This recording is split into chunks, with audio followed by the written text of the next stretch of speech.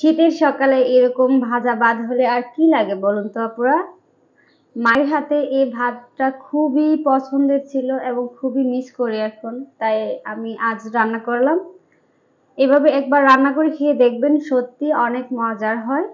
চলুন তাহলে, এখানে আমি চুলায় একটা কড়াই বসিয়ে এখানে দিয়ে দিচ্ছি সয়াবিন তেল। আর তেলটা যখনই গরম হয়ে আসবে তখন আমরা এখানে দিয়ে দিব পেঁয়াজ কুচি। আমি এখানে একটা পেঁয়াজ কুচি করে নিয়েছি। আর এখানে দিয়ে দিচ্ছি 3 থেকে 4টা কাঁচামরিচ। দেন দিয়ে দিচ্ছি হাফ কাপের মতো গাজর কুচি। এই সবগুলো উপকরণ দেওয়ার চেষ্টা করবেন। আর আপনারা চাইলে বাঁধাকপি বা এরকম আরো যে সবজিগুলো আছে না, ওইগুলো কিন্তু দিতে পারেন, খেতে কিন্তু ভালোই লাগে। আর বাসায় যদি ডিম থাকে, একটা ডিম দিয়ে এভাবে ফ্রাইড রাইস রান্না করে খেতেই পারেন, অনেক বেশি মজার হয় আর বাচ্চারাও পছন্দ করবে। তারপরে সবজিটা ভাজা হয়ে গেলে এখানে আমি দিয়ে দিচ্ছি একটা ডিম। আপনারা চাইলে ডিম ছাড়াও কিন্তু রান্নাটা করতে পারেন বা ভাতগুলো ভাজতে পারেন। দিয়ে দিচ্ছি অল্প একটু লবণ। দেওয়ার পর আমি ডিমটাকে ভেজে নিচ্ছি। এইভাবে নেড়ে চেড়ে আমি ডিমটাকে ভেজে নেব।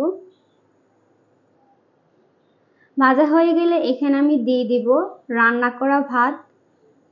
আমি রাতে যে বাসি ভাতগুলা ছিল না, এই ভাত দিয়ে কিন্তু সকালে আমরা এভাবে ভাতগুলা ভেজে খাই। আর ছোটবেলা তো অনেক খেয়েছি, তাই খুবই মিস করি এখন।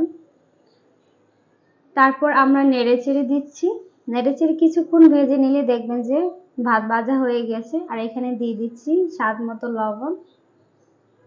লবণটা দেওয়ার পর আবারও আমি নেড়ে চেড়ে 2 থেকে 3 মিনিটের মতো ভেজে নেব।